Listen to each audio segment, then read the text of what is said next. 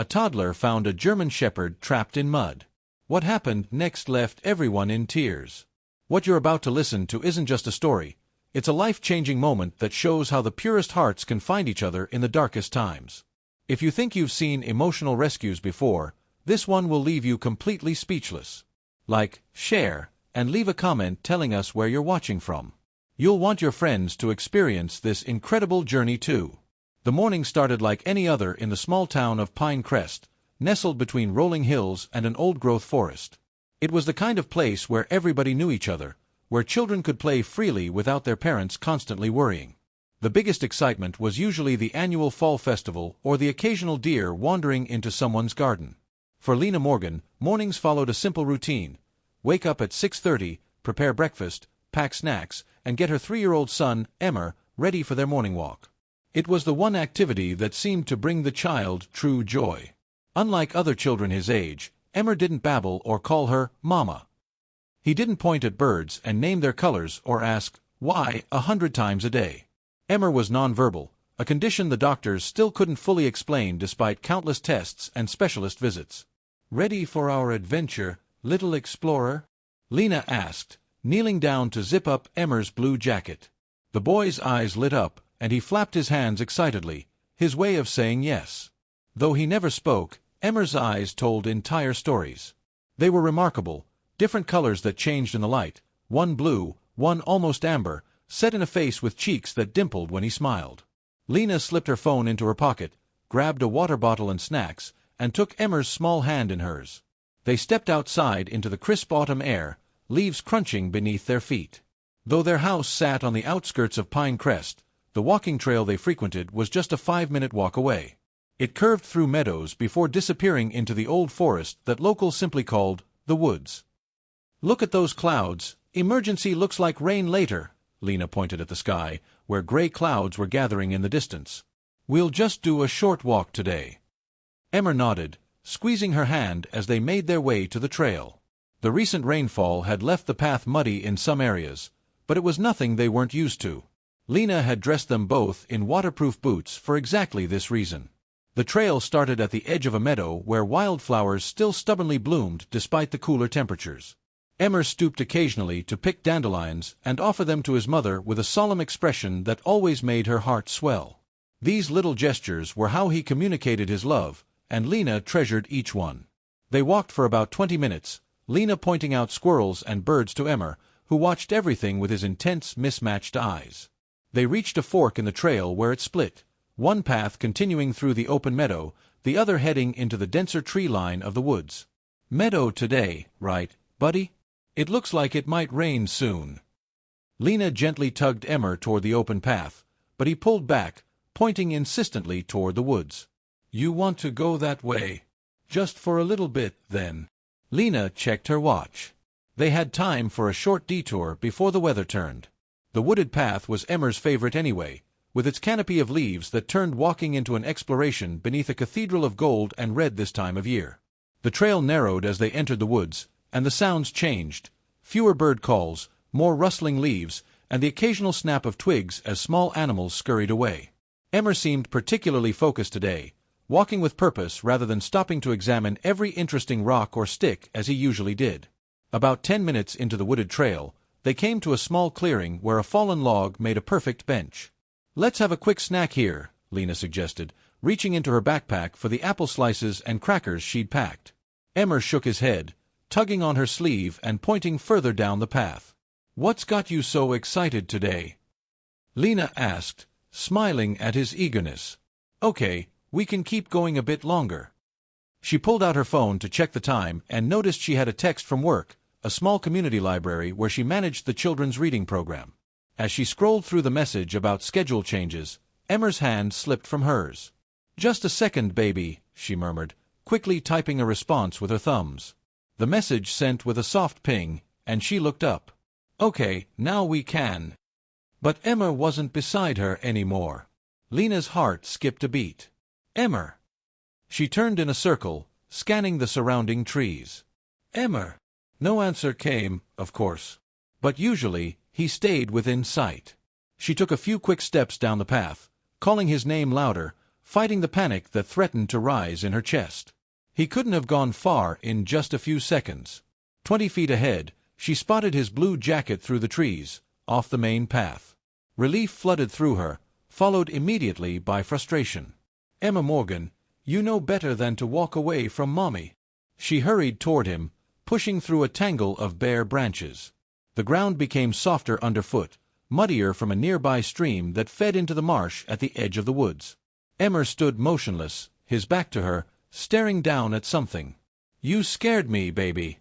You can't just—" The words died in Lena's throat as she reached her son and saw what had captured his attention.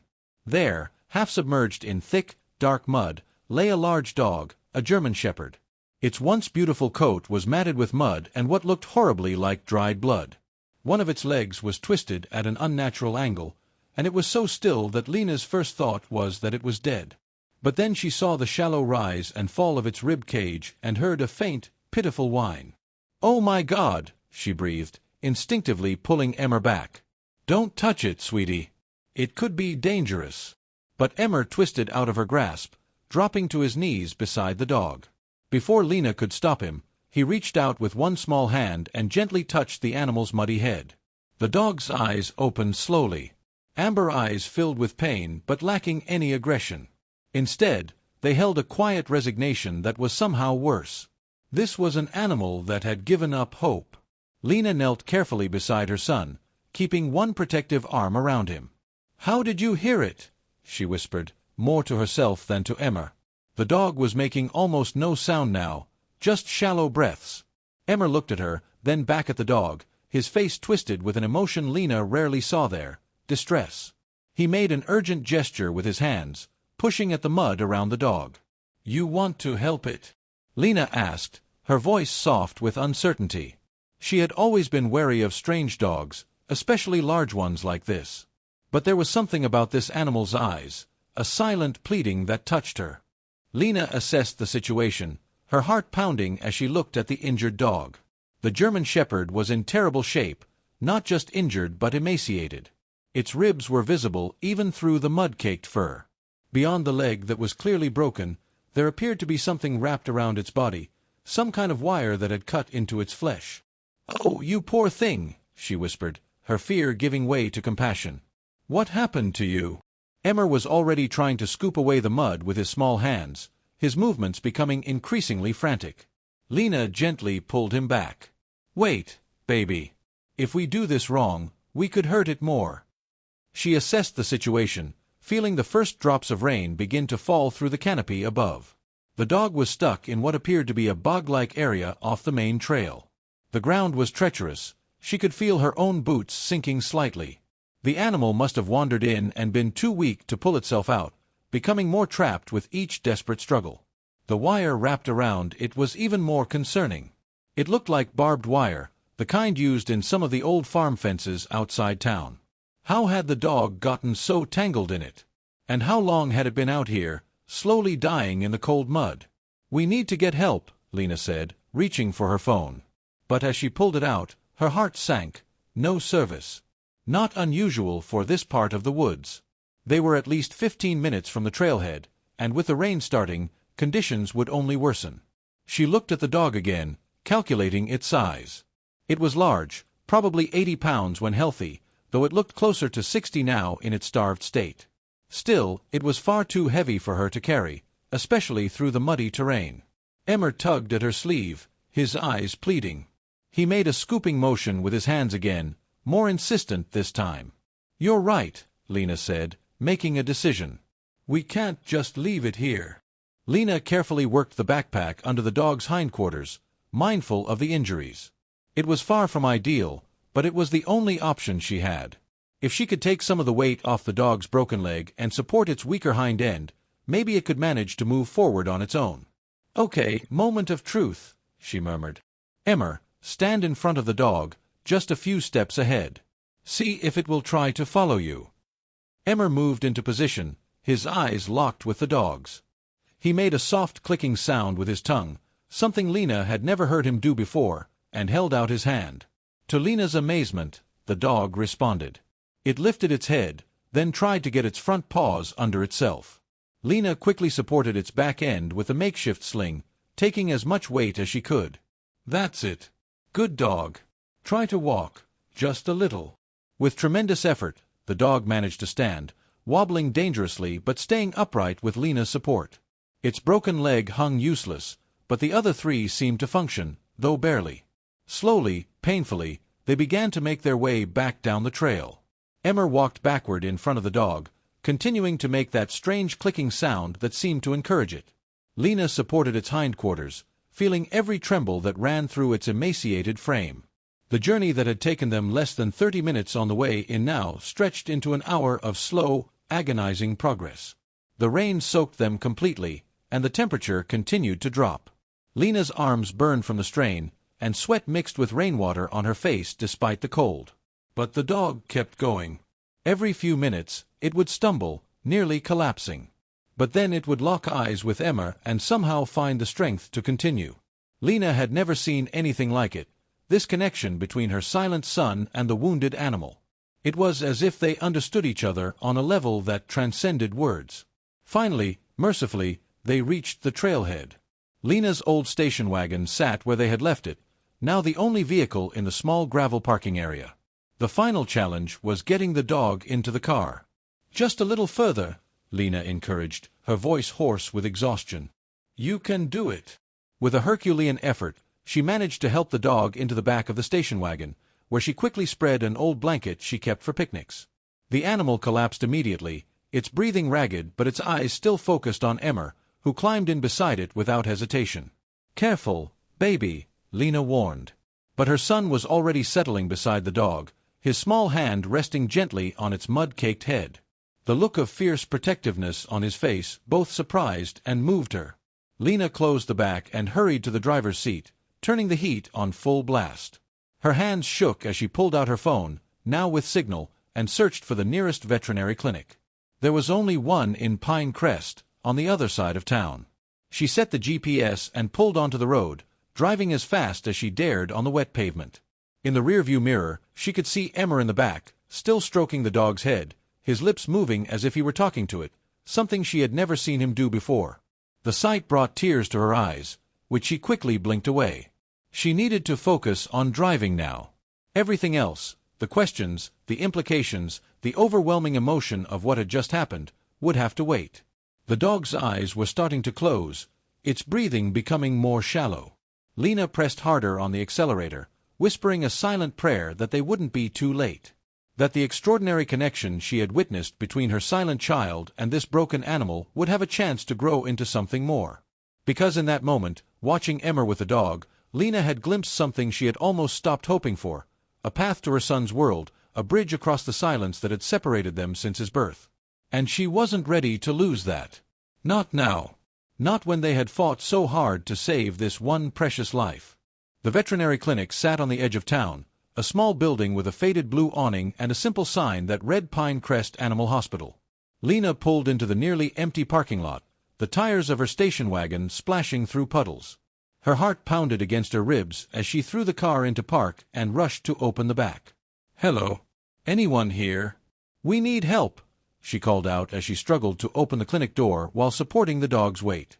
Emmer walked alongside them, his small hand never leaving the dog's matted fur. The reception area was empty except for a startled-looking young woman behind the front desk. She jumped to her feet at the sight of them, a mud-covered woman, a silent child, and a half-dead German shepherd barely standing between them. "Oh my goodness! What happened?" The receptionist rushed around the desk, already reaching for her phone. "Dr. Cyrus! Emergency!" A door at the back of the reception area burst open, and an older man with steel-gray hair and thick-rimmed glasses emerged. Dr. Cyrus had been Pinecrest's only veterinarian for over 30 years, known for his gruff manner but skilled hands. "Bring him back immediately," he instructed, his voice calm but urgent. He helped Lena guide the dog into an examination room, where they carefully lifted it onto a metal table. "You and your boy wait outside," Dr. Cyrus said firmly, already pulling on latex gloves. "Marcy will get you some towels." "Will he make it?" Lena asked, her voice small. The vet's expression was unreadable. "I'll do what I can." Reluctantly, Lena took Emmer's hand and led him back to the waiting room. The receptionist, Marcy, brought them towels and offered hot chocolate from a small break room in the back. Lena accepted gratefully, helping Emmer dry off before wrapping a towel around her own shoulders. The minutes crawled by. Emmer sat unnaturally still, his eyes fixed on the examination room door. Every few minutes, they could hear the vet's voice or the sound of equipment being moved, but nothing to indicate whether the dog was surviving the treatment. Lena checked her phone. Almost 2 hours had passed since they'd found the dog. It felt like days. She tried to distract Emmer with games on her phone, but he pushed it away, his attention never wavering from the door. Finally, after what seemed like an eternity, Dr. Cyrus emerged. His scrubs were spattered with what looked horribly like blood, and his face was drawn with fatigue. "He's alive," the vet said. Lena released a breath she hadn't realized she was holding. But barely. Severely dehydrated, malnourished, hypothermic. The leg is broken in 2 places, multiple lacerations from the wire, some infected. He's lost a lot of blood, but... Lena hesitated. But... Dr. Cyrus's expression softened slightly. "Too soon to tell. The next 24 hours will be critical. I've set up intravenous fluids, antibiotics, and pain management. If he makes it through the night..." He trailed off. Emmer tugged at the vet's scrubs, his face twisted with concern. Dr. Cyrus looked down at him, then back at Lena. "Your son seems very attached." "He found him," Lena explained. "I've never seen him connect with anyone, or anything, like this before." She hesitated. "Emmer is nonverbal. He doesn't speak. Hardly shows emotion most of the time, but with this dog..." Understanding dawned in the vet's eyes. He knelt down to Emmer's level. "You want to see him again, don't you?" Emmer nodded vigorously. Dr. Cyrus hesitated, then sighed. "Just for a minute. He's sedated but stable for now." He led them back to a recovery area where the dog lay on a padded table, wrapped in warming blankets. 4 lines ran into its front leg, and its broken leg was now stabilized in a temporary splint. The mud had been cleaned away, revealing a coat that would have been beautiful, black and tan, if not for the visible ribs and wounds now covered in bandages. Emmer approached slowly, his eyes wide. He reached out, his fingers hovering just above the dog's head, looking to Dr. Cyrus for permission. Gently, the vet nodded. "Right between the ears is okay." With infinite care, Emmer stroked the dog's head. To Lena's amazement, the sedated animal's tail twitched slightly at his touch. "He knows you," Dr. Cyrus said quietly. "Dogs are perceptive that way."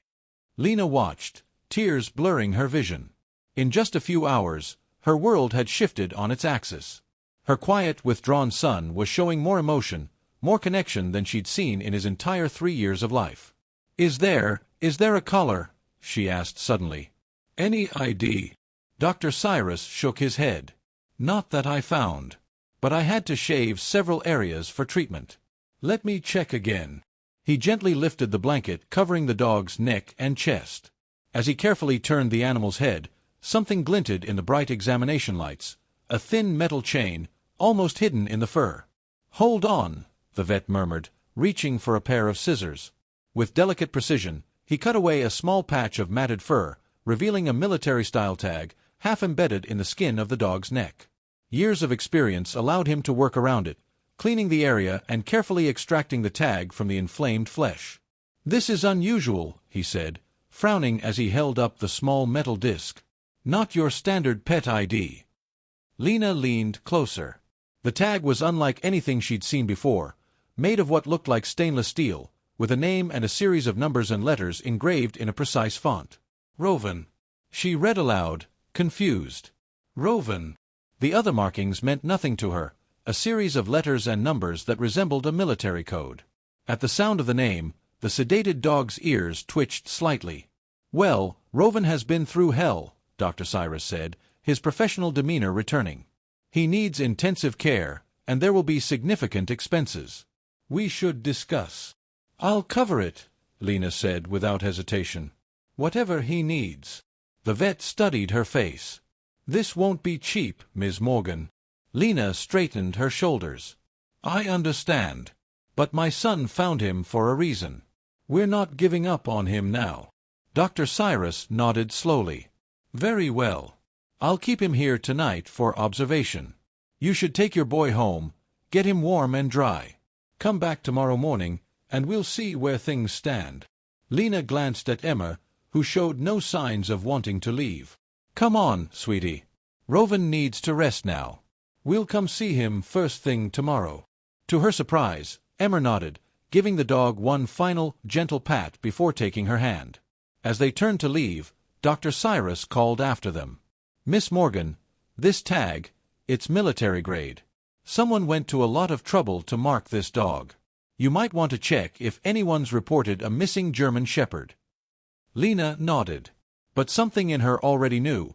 Finding Rowan's previous owner wasn't going to be simple. Nothing about this day had been simple. Morning came too quickly.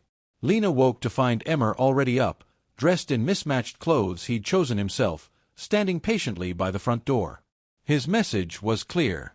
Time to go see Rowan. Breakfast first, Lena insisted, guiding him to the kitchen. She made quick work of pouring cereal and slicing a banana, which Emmer ate with unusual speed, his eyes never leaving the clock on the wall. The drive to the veterinary clinic took only minutes. Pinecrest was beginning to wake up, shopkeepers opening their doors, a few early risers walking dogs or jogging along the sidewalks, normal life continuing, unaware of how dramatically things had changed for Lena and Emmer in the last 24 hours. Dr. Cyrus was already at the clinic when they arrived, looking as if he hadn't slept much either. His expression was tired but not grim. He had a good night, the vet said. His temperature is normal, and he's taking water on his own now. Relief washed over Lena. That's wonderful news. Dr. Winters should be here in about an hour to examine his leg. You're welcome to wait with him until then. Emmer practically ran to the recovery room, his anticipation palpable. Rowan lay much as they had left him the previous day, but there was a visible difference in the dog's demeanor. His eyes were more alert, his tail wagged weakly when Emmer approached, and he lifted his head slightly. "Hey there, boy," Lena said softly, reaching out to stroke his head. "You're looking better." Emmer positioned himself beside the table, eye level with Rowan. To Lena's continuing amazement, her son opened his mouth and said, clearly this time, "Rowan." The dog's reaction was immediate and unmistakable. His ears perked forward, his eyes intensified, and he made a small whining sound that seemed like a response. "He knows his name," Dr. Cyrus observed from the doorway. "That's a good sign. Cognitive function appears intact despite his injuries." For the next hour, they sat with Rowan. Lena watched in wonder as Emmer continued his attempts at communication, sometimes making sounds that weren't quite words, other times using the simple gestures that had always been his primary form of expression. Always, Rowan seemed to understand, responding with ear movements, tail wags, or soft vocalizations of his own. At precisely 9 a.m., Dr. Winters arrived. A tall, no-nonsense woman with short gray hair and the confident air of someone used to being the expert in the room, she greeted Lena briefly before turning her full professional attention to Rowan. "Compound fracture, significant tissue damage," she murmured as she examined the splinted leg. "How long was he trapped?" "Unknown," Dr. Cyrus replied. "At least several days, possibly longer." Dr. Winters continued her examination, taking measurements and dictating notes into a small recorder. Finally, she straightened, addressing both Lena and Dr. Cyrus. "He needs surgery, obviously. The good news is that despite the severity of the break, I believe we can save the leg. The bad news is that it will require specialized equipment and a lengthy procedure." She named a figure that made Lena's breath catch. "I understand," Lena said, trying to keep her voice steady. It was more than a month's salary at the library, but she had some savings. And for Emmer's sake, for what Rowan had already given them, it was worth it. "When can you do it?" Dr. Winters checked her watch. "I have my equipment in the car. We can do it today. Right now, if your facility is prepared, Dr. Cyrus." The vet nodded. "We're ready." Events moved quickly after that. Rowan was prepped for surgery, Emmer reluctantly agreeing to leave his side after Dr. Cyrus explained that the dog would be asleep and wouldn't know they were gone. Lena took him to a small diner across the street where they could wait during the 3-hour procedure. As they sat in a booth by the window, Emmer picking at his pancakes while Lena nursed a cup of coffee, she noticed a dark SUV parked down the street, positioned with a clear view of the vet clinic.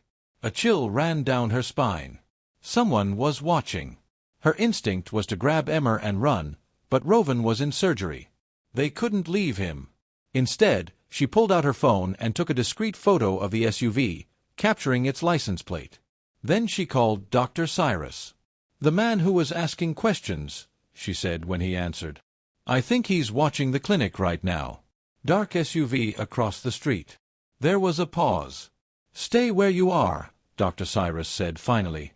"The surgery will take at least 3 more hours. Don't come back until I call you. And don't return to your house either. Go somewhere public. Crowded." The seriousness in his voice confirmed Lena's fears. This wasn't paranoia. Something was very wrong. "What's happening?" she asked, keeping her voice low as Emmer watched her with curious eyes. "I'm not sure," Dr. Cyrus admitted. But Dr. Winters recognized the code on Rovan's tag. "She says Rovan isn't just any dog. And the people looking for him won't stop until they find him."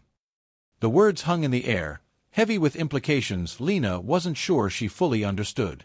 She glanced at Emmer, who was still picking at his pancakes, unaware of the danger potentially surrounding them. "What should we do?" she asked, her voice tight. "Stay in public places until the surgery is complete," Dr. Cyrus instructed. "Then come back through the rear entrance of the clinic. Dr. Winters has resources. She'll help us figure out what to do next." Lena ended the call, her mind racing. 2 days ago, her biggest worry had been Emmer's next therapy appointment. Now she was hiding from mysterious men in black SUVs, caught up in what sounded increasingly like some kind of government conspiracy.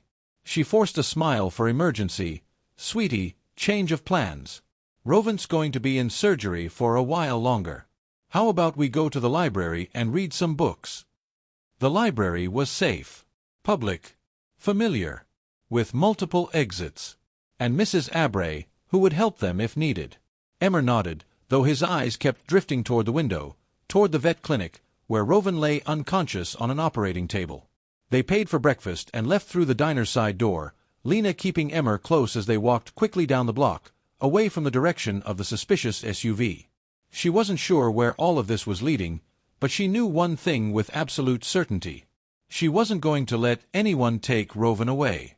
Not from emergency. Not from her. ***.